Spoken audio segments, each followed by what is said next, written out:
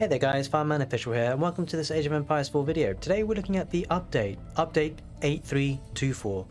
The first huge update for Age of Empires 4. It's the one we've all been waiting for.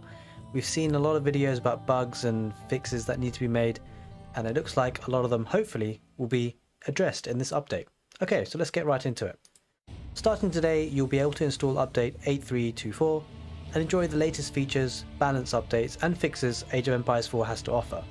So that's pretty key. It's got latest features being mentioned, balance updates, really important, and also fixes. I think that's going to be referring to the bugs, hopefully. So yeah, this is great. Hopefully, let's go down and see what it's up to. With this update, we're bringing a few key feature additions and changes based on your early feedback, along with bug fixes and exploits referenced on various Age channels. Okay, huge news there. This is definitely what we want to see, because I was kind of worried about the bugs being there and not being addressed quickly. It could really break the game. So I'm very happy about this. Okay, information about downloading it. Don't really need to go too much into that. I'll leave a link to the actual whole document here, or the website, in the description of the YouTube video. So do check that out if you want some further information, but let's have a look. Okay, reader's notes. Before we dive into the good stuff, there were a few terminology questions we wanted to discuss. What's the difference between a patch and an update? Well, okay, let's just skip over that, shall we? What do the numbers patch 789 and 8324 signify? We'll skip over that. No need to really worry about that. But one thing to notice, it does mention the numbers here on the top right of your screen if you go into the settings page. That's kind of good to know kind of what patch you're on and what update you're on. Anyway, let's skip right over to the features, the juicy stuff. Okay. We'd like to give a huge thanks for your feedback for helping guide many of these changes, tweaks and additions. Okay, blah blah blah. New. Based on community feedback, we've made the decision to implement the ability to enable in-game player scores for those who wish to have them.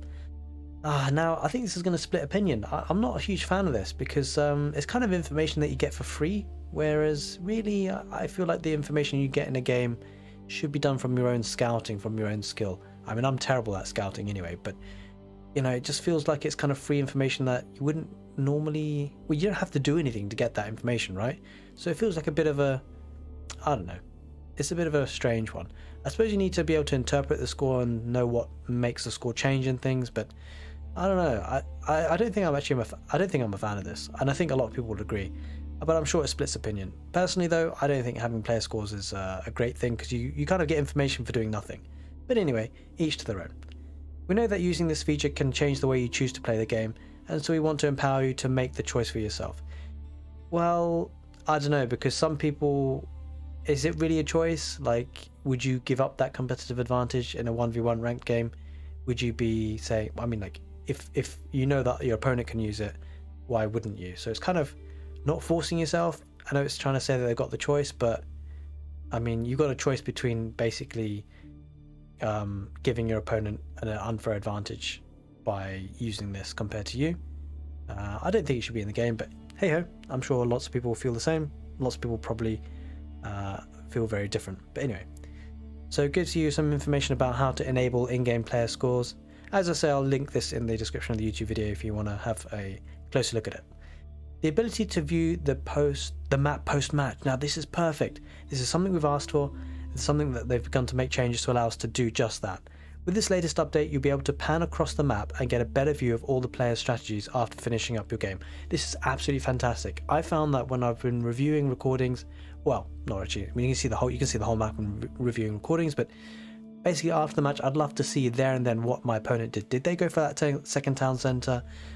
Like, did they have, they had a huge army feudalage. Surely they couldn't have had a second town center behind it as well, right? And you can check now, so it's going to be great. Right. Please note, after pressing the continue button, you'll be taken to the post-game statistics screen and will no longer be able to switch back to the map. Okay, that's fair enough. It's not really a big deal, as long as you get to see it once, or at least get a chance to. We'll be providing options that allow you to easily switch back and forth between the completed map view and post-game stats in the spring. I mean, this is great for now, to be honest. This is fantastic. Really happy with this. Very, very optimistic about the rest of the update. Okay. Updated. We've heard feedback that the minimap can be difficult to follow at a glance. We've made several adjustments to ensure better readability, including the changes detailed below. As always, we're interested in hearing from you once you've spent some time with these updates. This is fantastic. This is a huge thing that people have been talking about, the minimap, and it is very hard to see. So clearly, you know, the devs and the support for this game is looking really, really good. I'm so happy about this. Okay, so icon sizes are noticeably reduced. New Wonder icon matches the HUD. Objectives icon. Primary town center is now noticeably larger than landmarks, which is actually really important because if you want to snipe landmarks, you've got to know where the primary town center is. Deer icon appears smaller and is not obscuring other resource points even when the camera and map are rotated. Yeah, that's very true. The deer icon has been pretty big. Pretty big. Small gold deposit icons match large gold deposit icons but can be told apart from one another on the minimap. Oh, okay, interesting. Relic icons are now gold in color. Makes sense. Fish icons are now slightly blue in color. Fair enough. Fish icons no longer appear in shadow streams but remain in deep water. In shallow streams, sorry. Oh. Okay, fine. I'm not sure how I feel about that, but fair enough. Maps such as Ancient Spires, Danube River, Confluence and Mongolian Heights have no fish icons present on the minimap, with fish present in the river. Okay. Maps with larger bodies of water retain fish icons in deep sea water areas. So I think they just be a bit more selective in how they use the fish icons. I think with these things and the minimap, we're going to actually have to have a look at it in further detail to really kind of see what's been changed and how it's been changed. But it looks like the support's there, and as I said at the top, we're interested in hearing from you once you've spent some time with these updates. That for me is a really key phrase because it means that they're not just putting this update and not having any feedback. It looks like they're going to continue to make changes and improvements, and that is so big for a big game like this. Okay, we've moved the Chinese Dynasty button and the user interface to a less prominent position on the screen. Again, this is such a good change for those who play the Chinese. It used to be slap bang in the middle, just below the counter, in-game time. Yeah, the in-game timer, and it's super frustrating. You know, sometimes you click on it by accident. It's very annoying. But anyway, you'll now find it in the lower left-hand corner, nearer to the location where you make other selections. Sounds like a good position. Again, we're gonna have to try it out.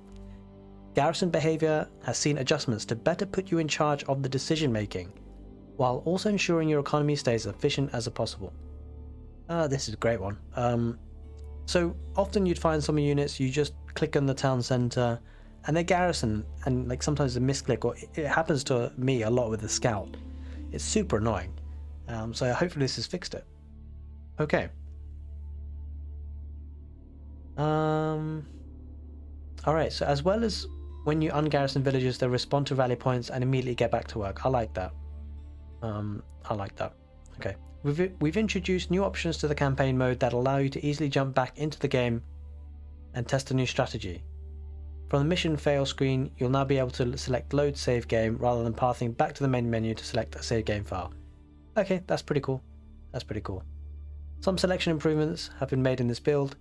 With this update, you should find trees, animal corpses, sheep, partially depleted deep fish swarms, and relics easier to select. This is, guys, honestly, this is amazing. This update looks great. I mean, this is something we've been kind of worried about, or not worried about, but struggling with the game, like misclicking, not being able to select things we want to.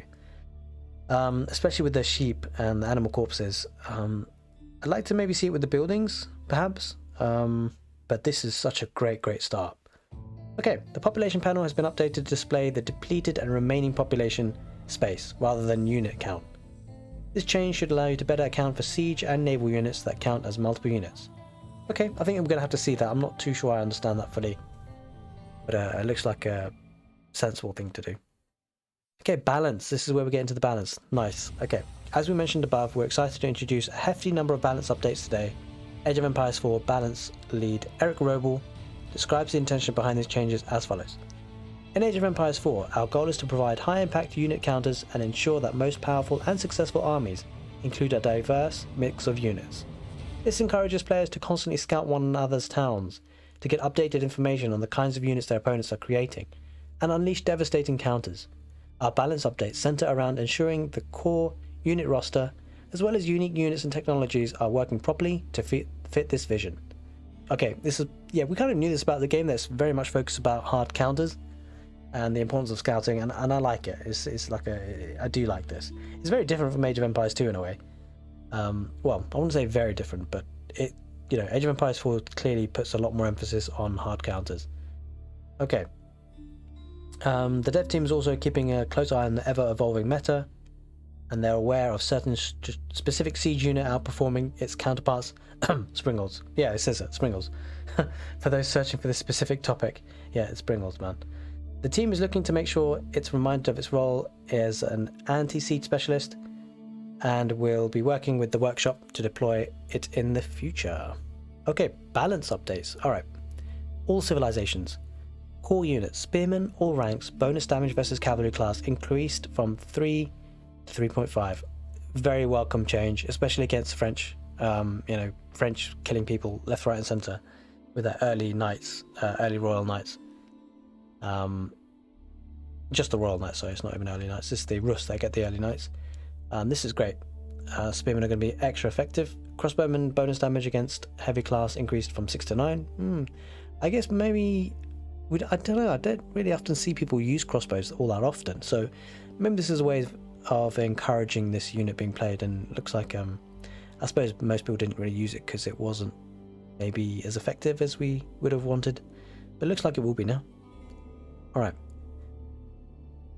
The elite crossbowman bonus damage has gone up as well. Horsemen all ranks ranged armor increased from 0 to 1. Now I really like this because I play the Abbasid dynasty a lot, and coming up against the English civilization, I don't get man at arms until Castle Age. So my only real counter is horsemen, and I just felt they weren't strong enough, to be totally honest. So having this ranged armor increased, I think this is a really nice change. It suits me very nicely for sure. So very happy about that. Early horseman health reduced from 125 to 100. That surprises me a bit. The early horsemen for the Mongol civilization, I didn't really get the feeling they were that strong, to be honest. They seemed to die pretty easily. Although horsemen all ranks does have that ranged armor increase, so that could be pretty useful. I think that's a big thing, especially if you're Mongols and you're going to do an early horseman rush. So that's good. Horseman health reduced though from 155 to 125. Yeah, okay, fair enough. Veteran horseman health reduced as well. Elite horseman health reduced. Hand cannon damage reduced. Okay, that's a big one actually, hand cannons. That's quite a lot. 42 to 35. Jeez, okay. Battering ram movement speed reduced from 3.5 to 3. I mean, they were pretty slow already as well, but oh well, anyway. Battering ram health reduced as well from 900 to 700. That's quite a big change. Battering ram population cost reduced from 3 to 1. I love this. I mean, as you guys know, if you've seen me play, I'm very, very big on feudal age rushes, especially with the Abbasid dynasty, getting siege engineering for free. Ram's going to take less population now, which is great for me. And Abbasid dynasty players, I suppose. Okay, battering ram ranged armor increased. I mean, that's pretty cool. I mean, it's pretty hard to take out a battering ram anyway with ranged units, but I guess the armor has increased now even more. I think basically you can't take rams out. I mean, you really couldn't before anyway, to be honest, with longbowmen or archers, but now you definitely can't, it seems. Anyway, mangonel weapon reload time reduced. I like that. The mangonels did seem like forever to fire, and it was kind of annoying. Although, having said that, the fact that they're kind of like heat-seeking missiles, they kind of got ballistics for free. Like, you're always pretty much guaranteed hits with mangonels, so that could be very, very strong. But anyway. Okay, mangonel weapon area of effect shape changed from 180 to 360 degrees. Wait, what? Area of effect shape. I'm not too sure what that means. Guys, in the comment section below, if you know what this means, please do let me know. I'm not entirely sure about that. Anyway, Rebaldaquin fire armor increased from 0 to 10. Whoa, 0 to 10. That makes him a lot stronger. Rebaldaquin ranged armor reduced from 2 to 0. Okay.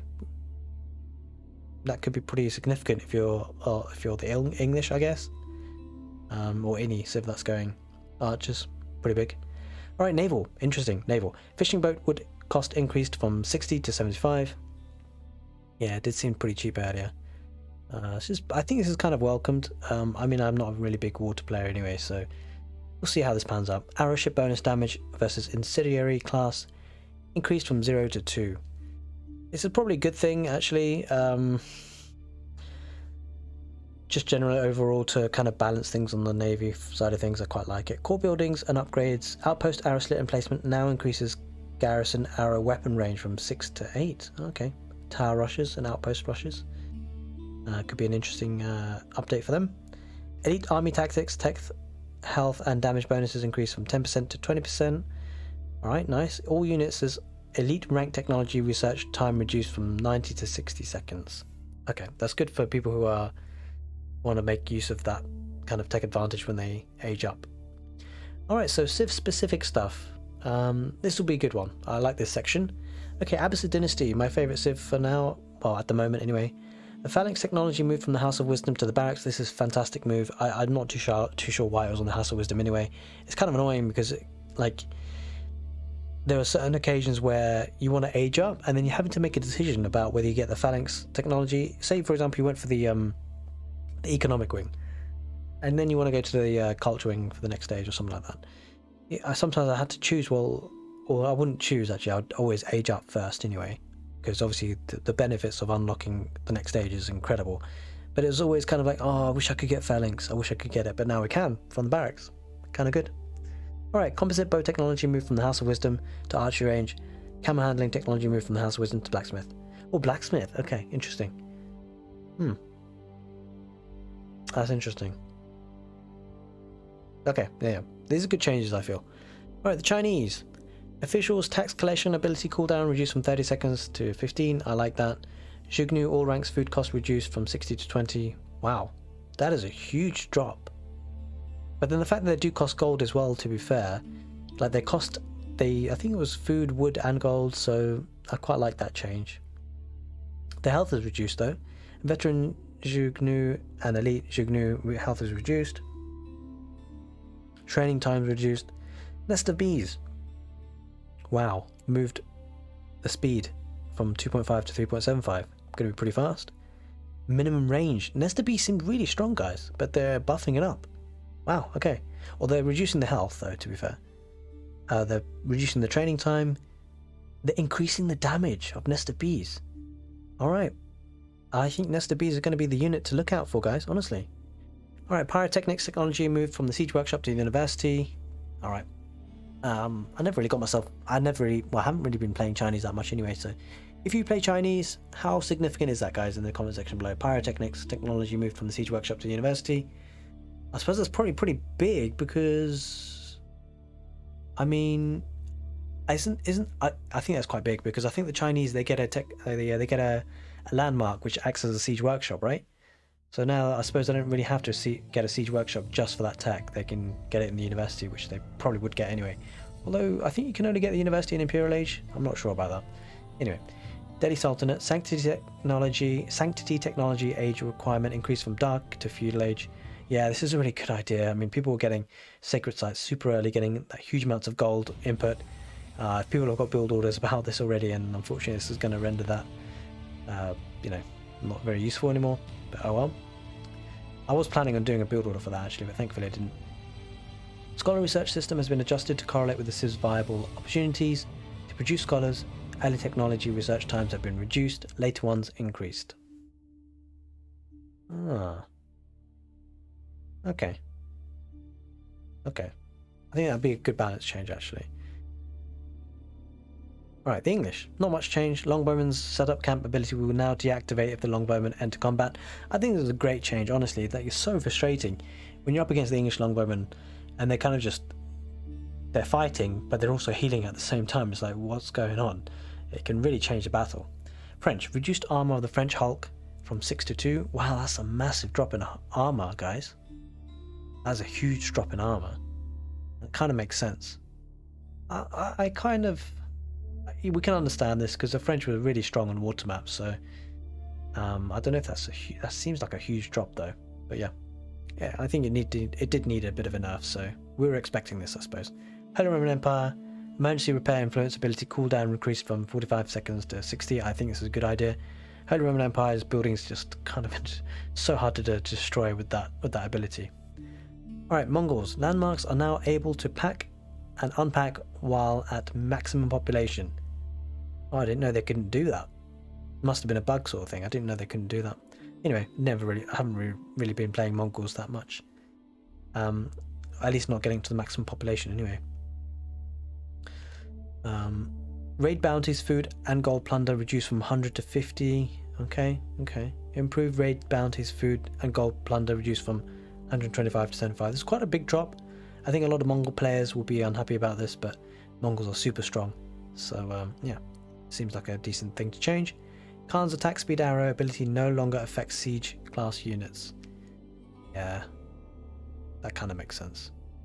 Okay, the Rus. Boyar's fortitude technology moved from the stables to a blacksmith. Okay, decent. Lodger ships that activate a roll switch now incur a 50% movement speed penalty until the switch is complete. Okay, I haven't really been playing Rus or Mortar maps anyway that much, so I don't really know how much that impacts things, but it sounds like it's a pretty big change with 50% change. Lodger fishing boat roll switch would costs increased by 25. Okay, I can't really comment too much on the Rus and water maps. I haven't really played it too much. But let me know what you think about the Rus and the water map changes, or the water unit changes in the comment section below. Is that a big change? It seems like it. Alright, map specific changes. I'd be interested in this one. Guys, you can see already so many changes. I'm really enjoying this. I think this is a really good step in the right direction. Get ancient spires on larger map sizes. Player spawn locations have been moved closer to the center to account for longer unit travel times. Okay, yeah, ancient spires. I found this out. So you guys might have watched one of my YouTube videos about me playing how not to play ancient spires, and it's really hard to do feudal age rushes on ancient spires. This is almost impossible because you're so far away that by the time you get there, it's just so tough to put any pressure. So yeah, I quite welcome this change. Sacred site spawns have been updated. Okay, that's fine. Archipelago. Some cases of spawning on islands without some starting resources makes sense. You've got to make sure that the spawning is fair, especially with the Mongols. I think it's to do with the stone and the ovu. Alright, they've added a step to the spawn algorithm that recalculates island real estate. Yeah, this is really important to have the fresh and kind of changes to the maps of Archipelago and the sizes of the islands. Some people could often get spawning with like really tiny islands, some with really large ones, so this is a very good changes. Black Forest. We've balanced the number of fish. Okay, yeah, wasn't too worried about that anyway. We added a large number of single trees. Foresty. Okay, yeah, I mean, I think having the straggler trees really helps. I'd be looking to see if they added straggler trees for the King of the Hill map. On King of the Hill, they didn't have any straggler trees, and it really... I've got a build order for like a really solid Abbasid Dynasty feudal age rush, but you've got to start off on straggler trees for a little while. And because on King of the Hill you don't get straggler trees, it really struggled on that map. So hopefully, we'll get to that in a minute. Hopefully it'll be there. Okay. Removed the sacred sites and replaced them with large gold deposits on Black Forest. Okay, nice. Alright. Okay, interesting.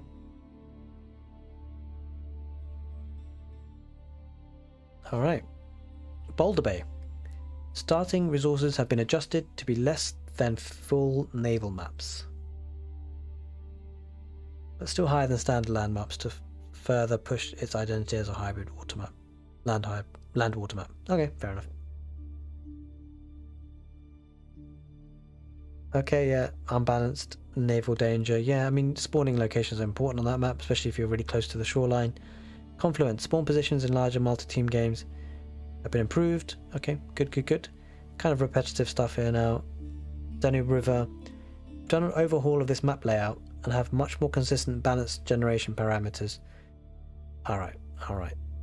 Okay, it looks like Danube River's changed a lot. We're going to have to look at the minimap for that, I think. But it seems like a really big change. French Pass. We've reduced the erosion multiplier to eliminate instances of impasse trenches. Never was really a problem for me, but I never saw it, but clearly it must have been. Hill and Dale. Trade post now spawn along the map edge, exactly opposite one another.